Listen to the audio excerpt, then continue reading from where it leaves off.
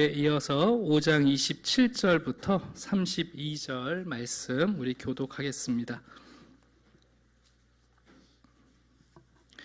신약성경 6번째 페이지이고요. 마태복음 5장 27절부터 교독합니다. 또 간음하지 말라 하였다는 것을 너희가 들었으나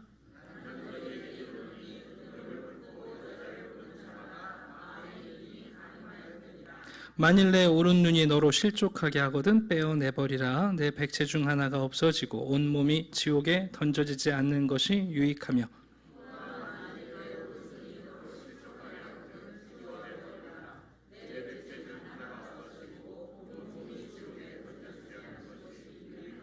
또 일러스되 누구든지 아내를 버리려거든 이혼 증서를 줄 것이라 하였으나 나는 너희에게 이르노니 누구든지 음행한 이유 없이 아내를 버리면 이는 그로 간음하게 함이요 또 누구든지 버림받은 여자에게 장가드는 자도 간음함이니라. 아멘. 네, 설교하기 전에 미리 사족을 좀 달아야 될 것 같은데요. 배고픈 사람 앞에서 자꾸만 맛있는 음식 얘기하면 미움받아요. 근데 이제 5월달 되면 아무래도 우리가 가정에 대한 얘기를 많이 하고 또 예수님 말씀 가운데서도 가정에 대한 말씀이 많이 나오는데 우리 시대의 모든 가족들이 다 화목하고 부부관계가 다 좋고 가정 천국을 누리는 가정이 많아야 되는데 그렇지 못한 경우가 있죠. 그래서 교회에서 이런 설교를 듣고 하나님의 말씀을 들을 때 우리의 마음이 좀 불편할 수 있어요. 그런데 첫 번째 드리고 싶은 말씀은 설교 내용을 처음부터 끝까지 다 들어주시기를 바라고 온전히 받으셨으면 좋겠고, 목회자로 늘 걱정하는 게 이게 설교를 하다 보면 성도님들은 설교 전체를 듣지 않으셔요. 항상 일부분을 선택하시거든요. 그래서 설교 전체 내용이 아니라 어떤 예화를 듣고 감동받으시면 그냥 좋아하시고, 어떨 때는 설교 전체에 하나님의 건설적인 말씀이 아니라 뭔가 내가 불편한 나의 입장과 다른 하나님의 말씀 앞에서 이제 거절감을 나타내실 때도 있습니다. 오늘 제가 일부 설교를 하면서 많이 당황을 했어요. 왜냐하면 저는 우리 한샘교회 성도님들 가정이 그래도 대한민국에서 평균 이상의 화목한 기준이 있다고 좀 생각을 했는데, 다 물론 그러시죠. 근데 제가 오늘 부부에 대한 설교를 하는데 처음부터 너무 경색돼 가지고 그래서 좀 제가 당황을 좀 했어요. 그래서 2부 때도 혹시 여러분들 오늘 주제가 예수님께서 결혼과 이혼에 대한 말씀이거든요. 현실적인 문제이고 또 우리 가정의 가장 심각한 문제일 수도 있어요. 또 우리 가운데 이런 과정을 겪으신 분들도 있어요. 그리고 또 어떤 분들은 이 과정을 가시려고 마음 먹고 있는 분들도 있을 수 있어요. 자, 그러나 우리가 하나님 말씀 앞에서 겸허하게 우리 자신을 비추어 보고, 거울로 우리 자신을 비추어 보고 돌아보면 아마 오늘 말씀을 통해서 첫 번째는 우리가 깨닫지 못했던 것을 깨닫게 하실 것이고, 두 번째는 또 우리의 마음을 좀 녹여주시리라 생각이 됩니다. 그러니까 중간에 나가시지 마세요. 끝까지 앉아 계셔야 됩니다. 자, 예수님께서는 계속해서 산상수훈 설교를 하시면서 유대인들이 배우고 가르치고 지켜왔던 율법적 의가 아니라 너희들이 지금까지 이렇게 들었는데 나는 너희에게 이렇게 말한다. 오해해서 자기 의를 주장하지 말고 참된 이해로 그리스도의 의, 하나님의 의에 도달할 것을 말씀해요. 우리가 첫 번째 살인에 대한 말씀을 들었어요. 고의적이고 불법적인 살인을 하지 않으면 나는 살인자가 아닌가? 예수님은 그렇게 말씀하시지 않죠. 아니다. 형제에 대해서 분노하고 증오하고 모욕적인 말과 마음을 갖고 있는 것, 사실은 그게 살인한 사람과 똑같다. 그러니 사람 안 죽이려고 전전긍긍할 것이 아니라 어떻게 하면 형제와 화해하며 어떻게 생명을 격려하고 북돋을 것인가, 그게 천국 백성의 삶이다. 우리가 지난주에 들었습니다. 남의 아내와 간통을 하지 않으면 나는 성적으로 의로운 사람이다. 이렇게 가르치고 들어왔는데 예수님은 이렇게 말씀하세요. 아니다.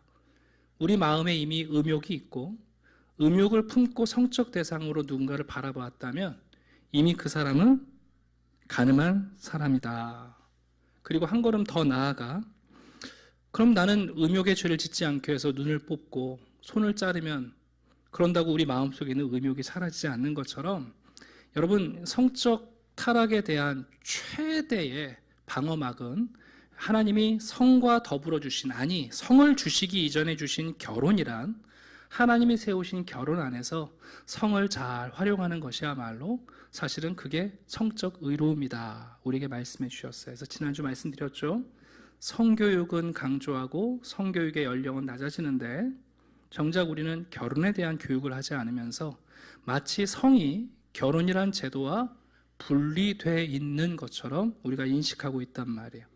그러나 하나님께서는 우리에게 성이라는 선물을 주시면서 우리가 음욕에 매어 달리고 아니면 성적 타락의 유혹에서 흔들리는 것을 요구하신 게 아니라 결혼이란 제도 안에서 하나님이 주신 선물을 잘 누리도록 우리에게 주신 것이다 라고 말씀을 드렸습니다. 예수님께서 오늘 이어서 이제 32절부터 말씀하시는데요. 이렇게 말씀하세요. 여러분 당시 유대인들은요 성경에 두 가지 말씀이 있거든요. 말라기서 말씀을 보면 하나님께서 분명히 말씀하시기를 나는 이혼을 미워한다 말씀했어요. 그런 말씀 들어보신 적 있어요? 네, 말라기서 말씀을 보면 하나님께서 나는 이혼을 미워한다 하시는 말씀이 나와요.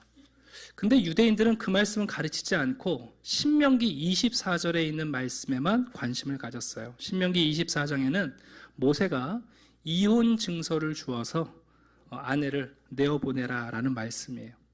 근데 예수님은 뭐라고 말씀하시는가? 아니다. 누구든지 음행한 이유 없이 아내를 버리면 이혼 증서를 줬으니까 헤어졌다고 말할지 모르지만 아니다. 그것만으로 부부의 관계가 끊어지지 않는다라고 우리에게 말씀하고 있습니다. 여러분 당시 유대인들이 이혼하면서 아내에게 쓴 이혼 증서 안에 어떤 글이 적혀 있었을 것 같으세요? 우리 계약서 쓰고 아니면 상장 받으면 그 안에 내용이 다 있잖아요. 이혼 증서 안에 무슨 내용이 적혀 있었을까요? 그 중에 일부를 제가 읽어드리면 남편들이 아내에게 이혼 증서 주면서 거기 써준 거예요. 그대는 이제 모든 남자에게 허락되었다 이렇게 써 있어요. 근데 사실은 여러분 이렇게 써주면서 어떻게 적고 싶었던 걸까요? 이제 나는 모든 여자를 품을 수 있다. 사실 그게 남자들의 마음이었을 거 아니에요. 그러면서 여러분 이혼 증서에는 그대는 이제 모든 남자에게 허락된다. 그리고 이혼 증서를 써줬어요. 예수님이 하시고자 하는 말씀은 하나님께서는 결혼 제도를 세우시지 이혼 제도를 만들지 않으셨다는 거예요. 오늘날처럼 결혼이라는 것이 신뢰성이 위협받는 시대가 없는 것 같습니다. 결혼에 대한 가치나 결혼에 대한 헌신은 점점 약해지는데 우리의 성적인 욕망을 자유롭게 발산하고 탐닉하고 고무, 고취시키고 여러분 찬양하는 것은 점점 농도가 짙어지는 것 같아요. 제가 좀 이런 말씀 좀 용서하시고 들으세요. 북한은 김일성을 찬양하는데 우리 대한민국은 성을 찬양하는 것 같아요. 북한은 김일성에게 충성하는데 우리는 성에게 무한한 충성을 요구하는 것 같아요. 여러분 더 나아가 어떤 분들은 모든 성적인 활동들을 사랑이란 걸로 미워하지 않습니까? 그럼 우리가 사랑하는 게 나쁘냐? 여러분 그리스도인들이 하는 사랑은요 지식을 따라서 하는 사랑이고 분별력이 있는 사랑이고 훈련해야 되는 사랑이고 무엇보다 신중하게 실천하는 사랑입니다. 여러분 사랑이라는 게 충동적이고 내 기분 따라 하는 게 어떻게 사랑일 수 있겠습니까? 사랑을 하려면 지식이 필요하고요. 그리고 바른 분별력이 필요하고 또 훈련이 필요합니다. 그리고 나서도 사랑이라는 것을 실천하고 선택할 때 우리는 매우 신중해야 합니다. 그런 면에서 성경은 크게 우리에게 성에 대하여 세 가지를 경고하는데 첫 번째는 모든 성적 유혹을 피하라는 거예요. 요셉처럼 보디발의 아내가 유혹할 때에 우리가 할 수 있는 첫 번째는 피하는 거예요. 네. 불을 품고 대지 않을 사람이 없습니다. 예. 여러분 독사굴에 손을 밀어넣고 물리지 않을 사람이 없는 것처럼 첫 번째 우리에게 피하라고 말씀합니다. 그리고 두 번째는 뭐냐면 성적 유혹에 대한 가장 고차원적인 해결책이 뭐냐? 바로 하나님이 세우신 결혼이란 제도 안에서 결혼을 하고 그리고 부부 사이에 하나님의 안에서 하나가 되면서 고상한 성적 특권을 누리라고 가르쳐 줍니다. 그리고 세 번째가 있어요. 세 번째는 뭐냐 하면 목숨 걸고 그 혼인 언약, 결혼 관계를 지키라고 우리에게 말씀합니다. 여러분 결혼은 성적 타락을 막는 유일하고 신뢰할 만한 방식이고 우리의 모든 성적 타락을 여러분 고칠 수 있는 해독제와 같습니다. 그런 면에서 오늘 여러분의 마음속에 성적 유혹을 피하고 정말 결혼을 소중히 여기고 그리고 이미 결혼하신 분들은 뭐 걸고 지키시라고요? 목숨 걸고 지키셔야 됩니다. 자, 오늘 세 가지 말씀을 드리려고 합니다. 첫 번째입니다. 예수님께서 오늘 우리에게 결혼과 이혼에 대한 말씀을 하시는 이유는 뭔가? 하나님은 결혼이라는 제도를 세우시는데 사람들은 이혼이란 제도를 만들어요. 여러분 하나님께서 결혼이란 제도를 우리에게 주셨을 때 아담과 하와는 범죄하기 이전에 거룩한 상태였어요. 그러니까 여러분 창세기 읽어보면 결혼 제도는 하나님이 타락하지 않은 인간에게 주신 유일한 첫 번째 제도예요. 그 얘기는 뭐냐 하면 모든 결혼이 거룩하다는 뜻이에요. 심지어 믿는 사람들끼리의 결혼이 아니라 믿지 않는 사람들의 결혼도 여러분 거룩한 거예요. 제가 이제 결혼식 주례를 하게 되면 주례를 예식을 시작하기 전에 꼭 이렇게 속에 운을 띄어요. 사람이 태어나서 딱 한 번씩밖에 할 수 없는 게 세 가지 있다. 첫 번째는 태어나는 것이고 두 번째는 죽는 것이고 그리고 마지막 하나가 결혼하는 것이다. 태어나서 우리가 딱 한 번씩밖에 할 수 없는 거예요. 그런데 태어나는 것은 우리의 의지로 안 되고 죽는 것도 우리의 의지와 관계가 없어요. 평생 살아가면서 적어도 나의 의지와 나의 선택으로 결정하는 일이 뭐냐? 결혼이에요. 그러니까 얼마나 여러분 중요한 거겠어요. 여러분 하나님께서 결혼을 제정하고 명령하고 그리고 결혼한 가정을 축복해 주셨습니다. 그러니까 제일 먼저 저는 우리 시대에 이 결혼에 대한 신뢰성이 무너지고 결혼의 가치를 부정하고 결혼의 의미조차 찾지 못하지만 우리 그리스도인들은 결혼을 하나님이 세우신 제도로 알고 이 결혼을 정말 소중히 여기셔야 돼요. 벌써 진지해지셨네요. 이러면 안 되는데. 아무튼 그래요. 네. 여러분 하나님이 결혼을 제정하셨다면 그렇다면 결혼은 어떤 원리를 따라 맺어지고 유지해야 되느냐? 두말할 것 없죠. 네, 하나님이 제정하신 원리를 따라 결혼이 시작되어지고 과정을 거쳐가야 됩니다. 창세기를 보니까 인류를 남자와 여자로 만드신 분이 하나님이시고 생육하고 번성하라고 축복하신 분이 하나님이십니다. 독처하는 것이 좋지 못하다고 우리를 평가하신 분도 하나님이시고 돕는 배필을 지어주신 분도 하나님이시고 아담에게 그 하와를 끌고 오신 분도 하나님이시고 그리고 그 가정을 축복하신 것도 하나님이십니다. 그러니 결혼은 시작부터 모든 과정이 여러분 하나님의 축복과 하나님의 원리를 따라 이루어진다는 것을 알게 됩니다. 마태복음 19장에서 예수님께서도 결혼에 대하여 그 하나님이 제정하신 원리의 가치를 이렇게 말씀하셨어요. 예수께서 대답하여 이르시되 사람을 지으신 이가 본래 그들을 남자와 여자로 지으시고 말씀하시기를 그러므로 사람이 그 부모를 떠나서 아내에게 합하여 그 둘이 한 몸이 될지니라 하신 것을 읽지 못하였느냐. 그런즉 이제 둘이 아니요 한 몸이니 그러므로 하나님이 짝지어 주신 것을 사람이 나누지 못할지니라 하시니. 여러분 이런 면에서 특별히 예수님께서는 바리새인이 예수님께 와서 예수님 어떤 이유로 이혼하면 합법적입니까?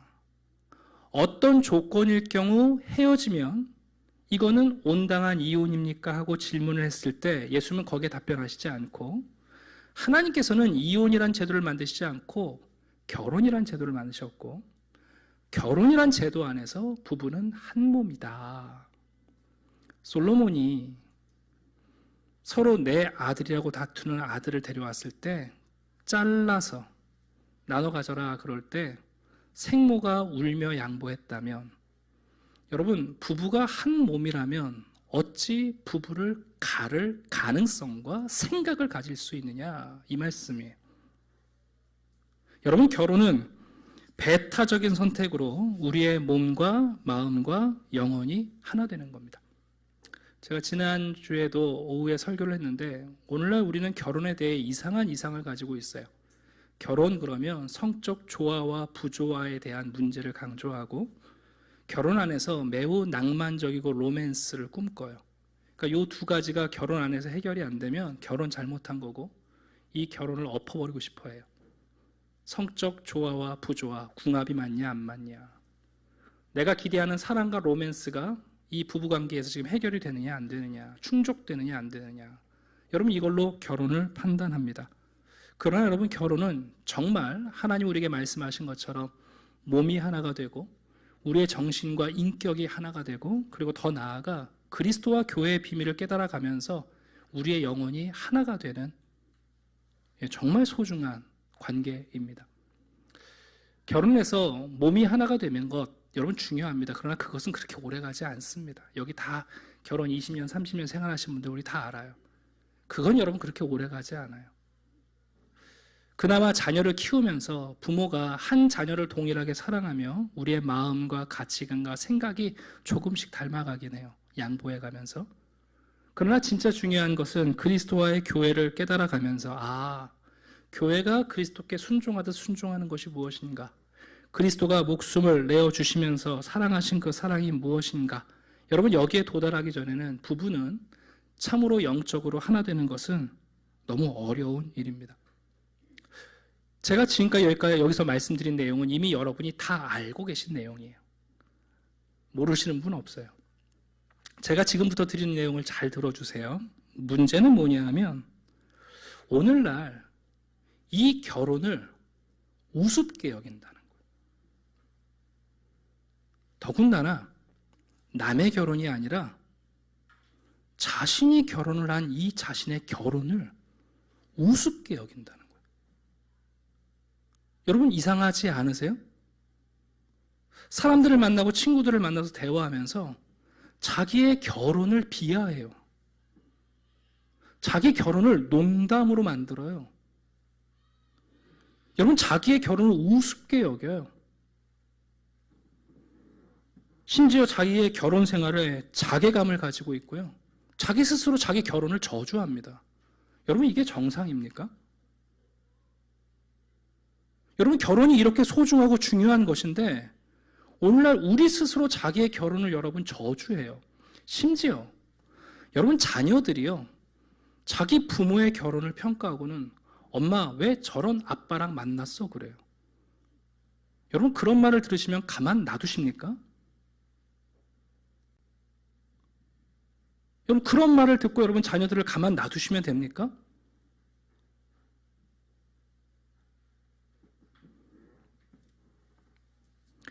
가끔 이제 저에게 이혼을 고려하고 상담하러 오시는 분들이 계세요. 한참 얘기하다가 저한테 구구절절 말하는 이유가 뭐냐면, 목사가 아이고 이혼해야 되겠네요, 면죄부 받으려고 하는 거거든요. 근데 그런 분들이 마지막에 당당하게 하시는 말씀이 뭔 줄 아세요? 목사님 잘 이해 못 하시는 것 같은데 우리 애들도 나보고 이혼하래요. 마치 대법원 판결인 것처럼 당당하게 말하세요. 우리 애들도 나한테 이혼하래요. 그래서 제가 반문합니다. 성도님 언제 애들 말 듣고 결정하셨습니까? 집 이사 가는 거 애들하고 상의해서 애들이 결정하면 이사 가십니까? 직장 옮기실 때 애들이랑 상의해서 애들이 엄마 걸로 가면 그 직장 선택하십니까? 심지어 아이들이 자기 진로 정할 때 애들이 이거 하겠다고 하면 부모님들이 그렇게 하라고 선뜻 허락하십니까? 근데 왜 이혼에 대해서만큼은 말도 되지 않은 아이들의 평가가 절대 평가가 돼서 그걸로 자신의 결정을 하십니까?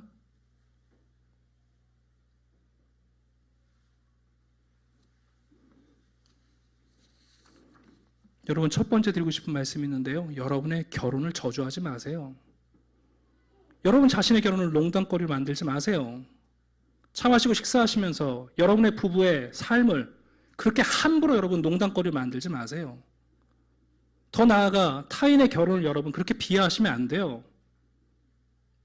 그게 우리 시대가 지금 놓치고 있는 거예요. 여러분, 결혼은 거룩한 거예요. 하나님이 아담과 하와가 타락하기 이전에 하나님이 세우신 유일한 제도예요. 하나님이 처음부터 끝까지 그 결혼을 주도하셨어요. 우리에게 선물로 주셨어요. 근데 여러분, 그 결혼을 저주한다는 얘기는 여러분, 하나님 주신 가장 좋은 첫 번째 선물을 우리가 스스로 포기해버리는 거예요. 그런 면에서 우리는 이혼에 대해서 진지하게 고민할 게 아니라 결혼하기 전에 바른 결혼에 대해서 진지하게 고민하는 게 우선되어야 돼요. 아마 이혼에 대해서 결혼하시는 것만큼 결혼 전에 결혼에 대해서 고민했다면 훨씬 문제가 적지 않았겠습니까? 그러나 여러분, 결혼은 너무 기분 내키는 대로 행하고 이혼은 긴 고통의 시간과 터널을 지나면서 어렵게 결정하는 경우들이 있어요. 제일 한 가지 더 드리고 싶은 말씀은, 물론 제가 이렇게 설교를 하지만 우리들의 삶 속에서 우리가 이렇게 선택할 수 없고 또 이런 여건이 주어지지 않는 어려움이 있다는 거 제가 잘 알아요. 제가 누누이 말하지만 설교는 여러분 강론이 아니에요. 여러분과 개인적으로 제가 대화를 할 때는 여러분 한 분 한 분에게 맞추는 강론이겠지만 설교는 여러분 선이 굵은 하나님의 말씀이에요.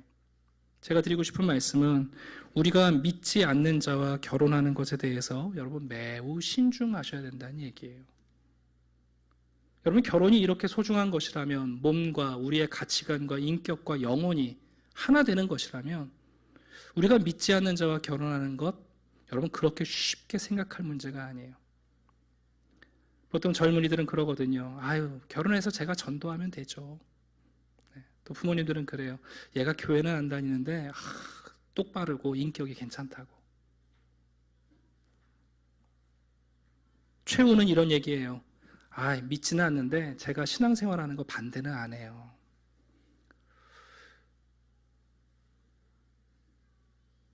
여러분, 역대하 8장 11절을 보면 솔로몬의 이야기가 기록되어 있어요. 여러분, 솔로몬은 인류 역사 가운데 가장 지혜로웠던 분 아니에요? 그분만큼 많은 지혜와 지식이 있는 분이 어디 있었겠어요. 근데 여러분, 솔로몬이 이방 여인들을 아내로 맞아요. 그리고 심지어는 애굽의 공주를 아내로 맞이합니다. 자, 그 내용을 이렇게 기록하고 있어요. 솔로몬이 바로의 딸을 데리고 다윗성에서부터 그를 위하여 건축한 왕궁에 이르러 이르되, 내 아내가 이스라엘 왕 다윗의 왕국에 살지 못하리니 이는 여호와의 궤가 이른 곳은 다 거룩함이니라. 여러분, 가장 지혜롭고 똑똑한 솔로몬이요, 애굽의 공주를 전도할 수 없다는 거 알았어요. 예루살렘에 데리고 와서 살고 예배가 되면 데리고 올라가고 그러면 이 아내가 경건한 유대인 여자가 될 거라고 여러분 생각하지 않아요. 솔로몬은 이렇게 말해요. 내 아내는 이스라엘 왕궁에 살지 못한다. 왜냐하면 그녀는 거룩하지 않다, 구별되지 않았기 때문이다. 그리고는 유일한 해결책이 뭐냐면 그녀를 위하여 궁전 하나 더 지어주는 거예요. 물론 저는 오랫동안 기도하시고 헌신하시고 사랑을 베풀면서 믿지 않는 배우자를 또 그리스도의 신앙 안으로 데리고 들어오신 분들도 많이 있다는 걸 알아요. 그러나 여러분, 그 소수의 결론이 여러분의 전제가 되어서는 안 돼요. 적어도 우리는 우리와 또 우리의 자녀들이 결혼하기 이전에 솔로몬과 같은 지혜가 필요해요. 여러분, 솔로몬이 이게 불가하다는 걸 알았다면 어떻게 우리가 그렇게 쉽게 지나가는 문제가 될 수 있겠습니까? 예수님께서 오늘 결혼과 이혼에 대한 말씀을 하실 때 여러분, 예수님이 정말 하고 싶으신 얘기는 이거예요. 음란하지 말아라, 음욕을 품지 말아라, 이게 핵심이 아니라 하나님은 우리가 거룩한 결혼을 통하여 성에 대한 자유를 누리기를 원하세요. 그러려면 하나님이 세우시는 결혼을 귀하게 여겨야 돼요. 그 얘기는 남의 결혼을 귀하게 여기라는 게 아니라 여러분 나의 결혼을 귀히 여겨야 돼요. 앞으로는 여러분의 결혼으로 농담 삼지 마세요. 여러분의 배우자를 놀림감으로 여기지 마세요. 다른 사람의 결혼을 여러분 비하하지 마시고 여러분의 결혼에 자괴감을 갖지 마세요. 모든 결혼은 거룩하고 하나님은 그 모든 결혼에 축복하고 계세요. 그런 면에서 우리는 우리의 결혼을 소중히 여겨야 돼요. 자녀들이 우리의 결혼을 함부로 평가할 때 야, 이 녀석아, 네가 이 땅에 태어난 게 엄마랑 아빠랑 하나 돼서 너 나온 거야. 엄마 아빠 부정하면 너 자체 부정하는 거야 하고 가르쳐줘야 돼요. 예수님께서 걱정하시는 건 이겁니다. 여러분, 하나님은 결혼을 그토록 세우고 싶어 하시는데 사람들은 참 이상해요. 사람들은 이혼이란 제도를 세우고 싶어 해요. 말라기 2장 16절입니다. 아까 소개해드린 말씀이에요. 이스라엘 하나님 여호와가 이르노니 나는 이혼하는 것과 옷으로 학대를 가리는 자를 미워하노라. 하나님께서 분명히 말씀하셨어요. 말라기의 결론이 두 가지인데요. 하나님께서 원하시는 게 뭐냐? 경건한 자손을 얻기 위하여 경건한 가정을 세우신다. 그러면서 이혼을 미워한다 선포했어요. 근데 이스라엘 백성들은요, 신명기 24장 말씀만 기억해요. 사람이 아내를 맞이하여 데려온 후에 그에게 수치되는 일이 있음을 발견하고 그를 기뻐하지 아니하면 이혼 증서를 써서 그의 손에 주고 그를 자기 집으로 내보낼 것이다. 마치 이혼이란 제도도 하나님이 세운 것처럼 말한다고요. 근데 아니에요, 여러분. 하나님은 결혼이란 제도를 세우셨지 이혼이란 제도를 세우지 않으셨어요. 그건 사람들의 죄로 인해서 우리 가운데 주어진 악의 결과예요. 참 재밌는 것은 여기 보면 이혼 사유가 나오잖아요. 수치되는 일이 발견되면 이혼 증서를 주라 그러니까 여러분 유대 학자들마다 대체 이 수치되는 일이 뭐냐 해석이 의견이 분분했어요. 랍비들 가운데 매우 보수적인 샴마이 학파에 해당되는 분들은 여기서 수치되는 것은 간음과 간통에만 해당된다. 그거 외에는 안 된다. 그런 분이 있는가 하면 좀 자유주의적인 랍비가 힐렐이라는 분이 있는데 이분은 뭐라고 그랬냐면 여기서 수치된다는 것은 음식을 못하는 것도 수치고 빨래를 못하는 것도 수치고 만약 아내를 데리고 어디 갔는데 우리 아내보다 저 여자가 더 이쁜 것도 수치고 내 마음에 들지 않는 것도 아내의 수치니까 그런 경우도 다 이혼할 수 있다 이렇게 가르쳤어요. 자, 그러면 예수님 당시 유대인들은 샴마이 학파의 의견을 받아들였을까요? 자유주의적인 힐렐 학파의 의견을 받아들였을까요? 네, 맞아요. 힐렐 학파의 의견을 받아들였어요. 그러니까 결혼했다가 아내가 마음에 안 들면 이혼 증서 써주고 자, 됐지? 이혼하자. 또 다른 여자를 찾고 또 살다가 마음에 안 들면 너 이건 수치야. 이혼 증서 써주고 예수님 지금 무슨 얘기 하시는 거예요? 언제 하나님께서 이혼 증서를 너희들의 탐욕의 대상을 바꾸는데 좋은 장치로 쓰라고 하셨냐. 이런 방식은 옳지 않다라고 말씀하고 있는 겁니다. 종종 이제 우리 시대에도 부부가 함께 살아가시다가 도무지 같이 못 살겠다 뭐 그런 느낌적인 느낌을 갖는 때가 있으실 거예요. 그러면 여러분 보통 사람들은 이혼에 대한 합리적 이유를 자꾸만 찾기 시작해요. 그죠? 그리고 먼저 이혼한 선후배를 쫓아가서 왜 이혼했어? 그것 때문에 이혼했어? 나도 그러니까 나도 해도 되겠네 하고 자꾸만 여러분 자기 합리화를 시작한다고요. 이사야 28장 말씀입니다. 그들이 이르기를 그가 누구에게 지식을 가르치며 누구에게 도를 전하며 깨닫게 하려는가? 젖떨어져 품을 떠난 자들에게 하려는가? 대저 경계에 경계를 더하며 경계에 경계를 더하며 교훈에 교훈을 더하며 교훈에 교훈을 더하되 여기서도 조금 저기서도 조금 하는구나. 이게 무슨 얘기겠어요? 이사야서가 가만히 보니까 사람들이 하나님의 말씀에 귀를 기울이는 게 아니라 자기가 듣고 싶은 얘기 들을 때까지 돌아다니는 거예요.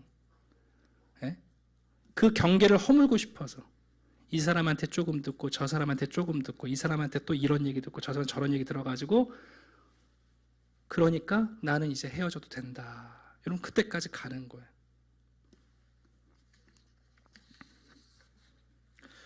마지막 한 가지 더 드리고 싶은 말씀은 여러분 우리의 결혼은 하나님께서 성 이전에 주신 정말 하나님이 세우시는 거룩한 혼인의 관계예요. 여러분 이 결혼을 잘 세워가는 것이 우리의 성적 타락이나 음욕을 통제하는 정말 중요한 비밀이에요. 그러니까 우리 모든 성도님들의 결혼이 잘 유지되어야 돼요. 그게 전제예요. 네, 자, 근데 이제부터 좀 다른 이야기를 해야 될 것 같아요. 그럼에도 불구하고 여러분 성경은 이 결혼이 항상 끝까지 유지되지 못할 수 있다는 것을 우리에게 분명히 현실적으로 언급하세요.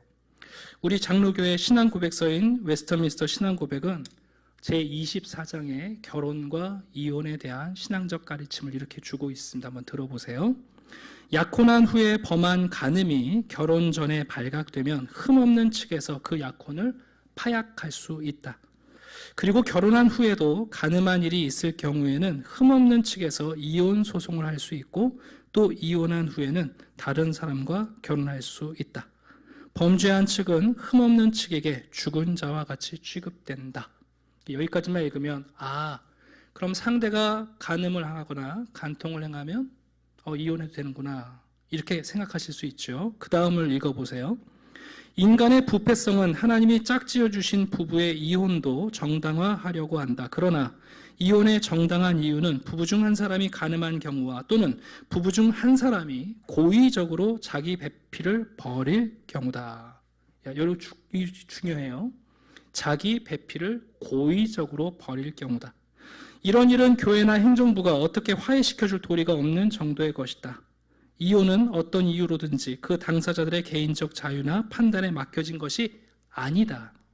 그것은 공법, 국법이나 교회법의 질서와 절차, 경유에서 처리되어야 한다.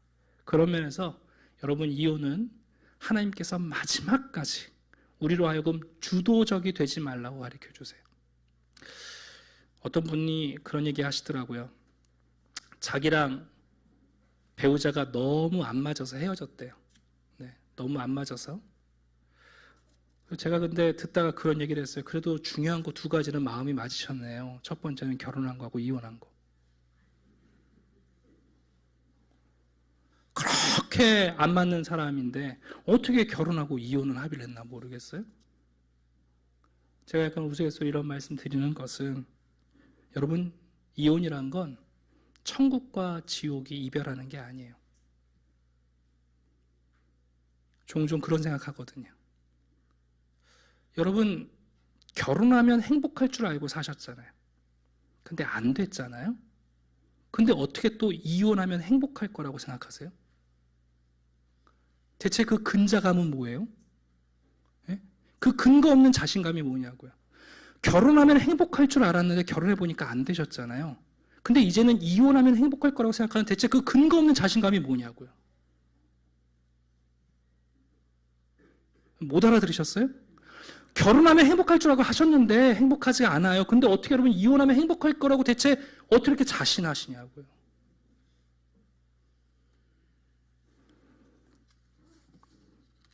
성경은 우리에게 모든 결혼에 대하여 끝까지 견고하게 지키라고 말씀해요. 그러니까 목회자로 또 하나님의 말씀이 우리에게 주시는 것은 여러분 큰 고통이든 작은 고통이든 우리의 결혼 관계를 하나님 안에서 거룩하게 회복할 수 있도록 끝까지 견고히 붙잡아야 돼요. 자, 말씀을 마치도록 하겠습니다. 음욕의 문제는 이혼 증서로 해결되는 게 아닙니다. 음욕의 문제는 여러분 손을 자르고 눈을 뽑는다고 해결되는 게 아닙니다. 우리 시대의 성적인 타락과 성적인 문제는 여러분 결혼이 회복되기 전에는 해결 불가능입니다. 그게 성경의 가르침입니다. 사회학자가 심리학자들이 의사들이 나와서 우리 시대의 성에 대한 문제, 그런 잘못된 성의 결과로 부러지는 모든 질병에 대한 문제까지 여러분 해결 방법은 없습니다. 하나님이 우리에게 주신 거룩한 결혼 제도가 온전히 세워지기 전에는 불가능하다는 거예요. 하나님은 오늘도 결혼이란 제도를 세우고 계십니다. 이혼 제도는 하나님이 세우신 게 아닙니다. 이혼은 우리가 선택한 것이고, 하나님은 우리의 악에도 불구하고 이혼의 피해자가 된 사람들을 다시 복구하고 용서하시고 회복하시려고 해요. 결론으로 드리는 말씀은, 여러분, 때로는 실패한 결혼과 우리의 이혼과 그 이후의 삶이 다시는 하나님의 축복을 받을 수 없는 과실은 아니라는 거예요. 이것부터 말씀드리면 오해하니까 마지막 말씀드리는 거예요. 비록 우리의 결혼과 우리의 실패와 어떤 이 불가피한 결정으로 우리가 이런 과정을 거쳤을 때에 이것 때문에 하나님께 우리가 다시는 축복받지 못하고 미움을 받는, 여러분, 그런 죄는 아니에요. 또 하나님은 우리를 용서하시고 다시 우리를 새로운 가정과 새로운 회복의 길로 우리를 열어놓으실 수 있어요. 그러나 그것을 놓고 말하기 전에 하나님은 지금도 우리의 가정에 결혼을, 혼인을 세우고 계세요. 여러분의 결혼을 소중히 여기세요. 여러분, 부부의 관계를 농담거리로 만드시면 안 돼요. 소중히 여기세요. 그리고 옆에 있는, 주변에 있는 다른 가정에 여러분, 그 부부 관계를 우리가 매우 귀하고 가치 있고 소중하게 다뤄주어야 돼요. 저는 가끔 엉뚱한 묵상을 할 때가 있는데, 부부 관계가 꼭 그런 것 같아요. 스카치 테이프 쓰시다가 잘못 뜯으면 중간에 끊어지는 거 아시죠? 그러면 그거 다시 끝자리 찾으려면 되게 어려워요. 여러분, 부부 관계가요, 결혼의 삶이 정말 소중히 다뤄져야 돼요. 그럴 때 우리가 끝까지 잘 갈 수 있거든요. 함부로, 무식하게, 분별력 없이 여러분, 부부의 관계의 삶을 이끌어 가시면 하나님이 세우시는 가정을 또 다른 핑계로 우리의 선택을 합리화할 가능성이 매우 많습니다. 오늘 예수님이 우리에게 말씀합니다. 나는 너에게 이른다. 음행의 이유 없이 아내를 버리면 간음하는 것이다. 그리고 그런 여자에게 장가드는 자도 간음합니다. 하나님이 세우시는 결혼의 비밀을 품고 여러분의 가정을 견고히 세워가시는 복된 분들 되기를 주님의 이름으로 축원합니다. 기도하겠습니다. 아버지 하나님, 감사합니다. 오늘도 우리 가운데 하나님의 거룩한 결혼과 부부의 관계를 세워가시는 하나님, 하나님께서 주신 선물이며 하나님이 축복하시고 그리고 하나님께서 우리를 격려해 주십니다.